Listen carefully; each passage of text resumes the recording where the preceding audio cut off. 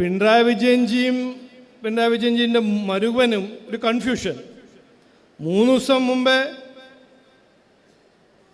അവിടുത്തെ രാജവംശത്തിൻ്റെ മരുമകൻ പറയുന്നു, അല്ല ഞങ്ങളാണ് ചെയ്തത് ഹൈവേ. ഇന്നലെ പിണറായി വിജയൻജി പറഞ്ഞു ആ തൊട്ട് ക്ഷ വരെ ഹൈവേ ചെയ്തത് NHA ആണ്. അത് വളാഞ്ചേരിയിൽ ഒരു ഹൈവേ തകർന്നു പോയപ്പോൾ അത് ഞാനല്ല ചെയ്തത്, ഞങ്ങളല്ല ചെയ്തത്. അവർക്ക് തന്നെ അറിയില്ല എന്താ ചെയ്തിരിക്കുന്നത്. അപ്പോൾ ജനങ്ങൾ അവസരം കൊടുത്തു, LDFനും കൊടുത്തു, UDFനും കൊടുത്തു, BJPക്കും കൊടുത്തു, കോൺഗ്രസിനും കൊടുത്തു, BJPക്കും കൊടുത്തു, LDFനും കൊടുത്തു. ആരാണ് ശരിക്ക് ജനങ്ങൾക്ക് വേണ്ടി പ്രവർത്തിച്ചത്? ആരാണ് അധ്വാനിച്ചത്? ആരാണ് മാറ്റം കൊണ്ടുവന്നത്?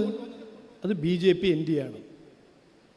ഈ ആഘോഷിക്കുന്നൊരു LDFനോട് എനിക്ക് ചോദിക്കാൻ 2-3 കാര്യങ്ങളുണ്ട്. കഴിഞ്ഞ 10 കൊല്ലം ഞാൻ കാണുന്നത് നമ്മുടെ നാടിൻ്റെ ഒരു നഷ്ടപ്പെട്ട ദശകമായിട്ടാണ് ഞാൻ കാണുന്നത്. അത് കോൺഗ്രസും ഭരിച്ചു, LDFും ഭരിച്ചു. ഒരു നഷ്ടപ്പെട്ട ദശകം, അല്ലെങ്കിൽ നഷ്ടപ്പെട്ട 4 ദശകം.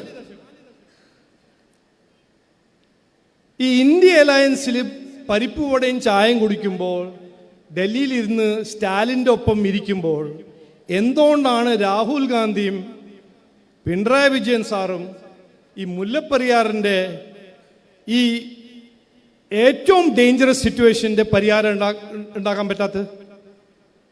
എന്തെങ്കിലും ചെയ്തോ ഈ കഴിഞ്ഞ 10 കൊല്ലം? ചെയ്തില്ല. മലയോര കർഷകരോട് എന്തിനാണ് ഇത്ര ഈ ശത്രുത? ഫോറസ്റ്റ് ഡിപ്പാർട്ട്മെന്റ് കഴിഞ്ഞ 9 കൊല്ലം എന്തെങ്കിലും ചെയ്തിട്ടോ അവർക്ക് വേണ്ടി? ചെയ്തിട്ടില്ല. എന്നിട്ട് എന്തുകൊണ്ടാണ് ആഘോഷം? എന്തിൻ്റെ ആഘോഷം?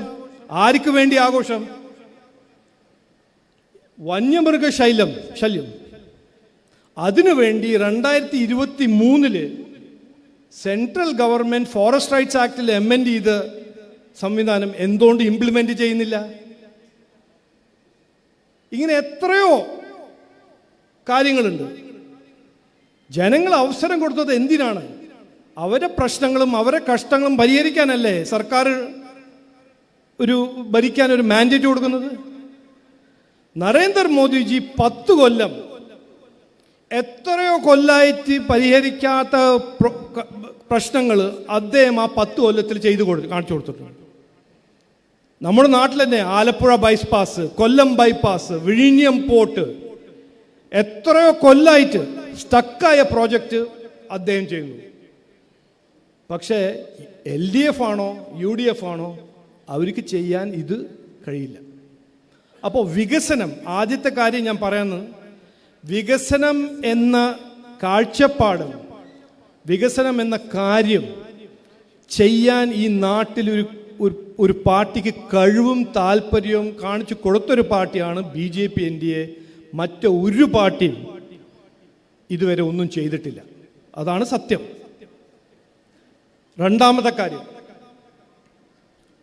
ഈ എല്ലാവരുടെ ഒപ്പം എല്ലാവർക്കും വേണ്ടി വികസിത കേരളം എന്ന് പറയുമ്പോൾ ഇതൊരു മുദ്രാവാക്യമല്ല, ഇത് പാർട്ടിൻ്റെ ഒരു ലക്ഷ്യമാണ്, ദൗത്യമാണ്.